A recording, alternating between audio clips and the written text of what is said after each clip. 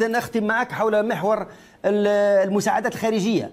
هناك من الأجانب ومن الأشقاء خصوصا من الدول العربية والدول الإسلامية من يكتبون في مواقع التواصل الاجتماعي تويتر خصوصا: لماذا تتشدد سلطات بلدكم في عدم فسح المجال لنا لدعمكم؟ هم يقولون: نحن مستعدون، فقط نريد شارة خضراء منكم فقط للتدخل لا بدون حساب. وكل الدول تقوم بطلب الدعم الخارجي، لكن السلطات الجزائرية لحد الساعة ما تزال ترفض. بل الأدهى والأمر أن الجارة المغرب لديها حوالي 5 طائرات لحد الساعة من طائرات الإطفاء. الجزائر لم توافق بعد على الدعم المغربي، رغم أن السلطات المغربية قالت هناك طائرات جاهزة الآن فقط تنتظر الإشارة الخضراء للانتقال للجزائر للمساهمة في إخماد النيران، في حين الآن السلطات تقوم بالتفاوض مع فرنسا خصوصا لاستئجار، ما أنت مش ببلاش، لاستئجار طائرات لإخماد الطيران. وكنا قرينا في المساء أنه ماكرون سيرسل هذه الطائرات ممكن غدا أو بعد غد.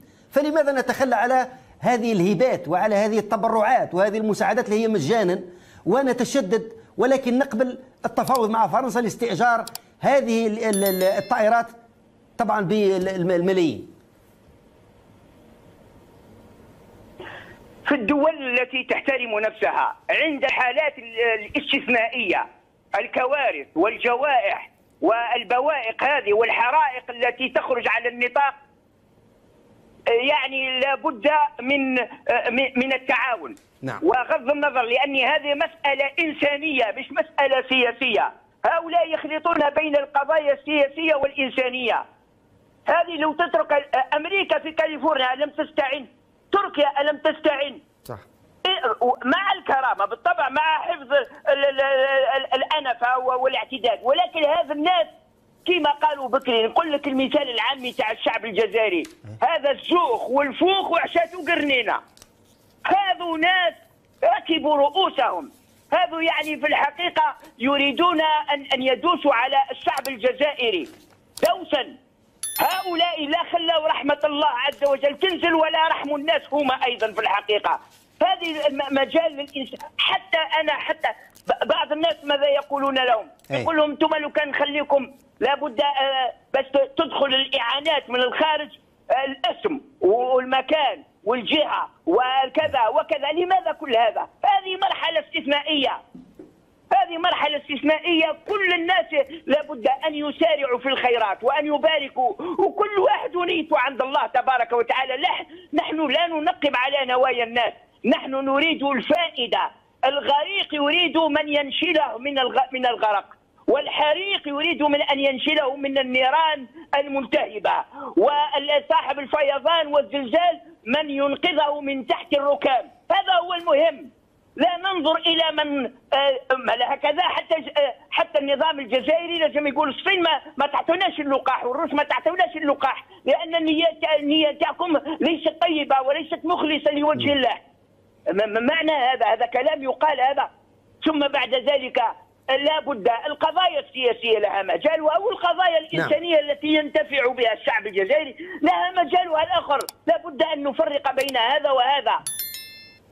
طيب، ماذا تقول في الأخير للجزائريين؟ كيف تحكمون؟ ماذا تقول في الأخير ككلمة ختام للجزائريين من أجل المزيد من التضامن، التكافل، التعاون، التعاضد بين بعضهم البعض، طالما أنهم يقولون الدولة غايبة؟ فما هو المطلوب من الجزائريين، خاصة وأنهم الآن دشنوا حملة سموها كل الطرق تؤدي إلى تيزي وزو؟ عندنا شعب من ذهب، ويظهر المعدن نتاعو الصافي اثناء الملمات، ورأيناه في زلزال تاع الشلف اللي كانوا يسموها بكري الصنام، ورأيناه في زلزال ابو مرداد، ورأينا عندنا شعب الحمد لله رب العالمين، يعني في الحقيقة تتفجر منه ينابيع الخير عند الملمات والشدائد، ولا يعرف الإنسان إلا في الشدائد. الشباب الآن يقومون بواجبهم، يعني على اختلاف اتجاهاتهم، تناسوا هذه الاتجاهات وأصبح عندهم قضية إنسانية. أنا هذا في معمعة وفي ملمة لابد أن أقدم له يد. بعض الناس أقول لك يدفع قليل من المال وقليل من اللباس وقليل مما يحتاج هذا الذي عنده، وهذا فضل عند الله تبارك وتعالى. والنبي صلى الله عليه وسلم يقول: سبق درهم 100 درهم. هذا فضل من الله وهذا فضل. ولكن رغم ذلك أنا أقول للشعب الجزائري: إياكم واليأس، إياكم والإحباط.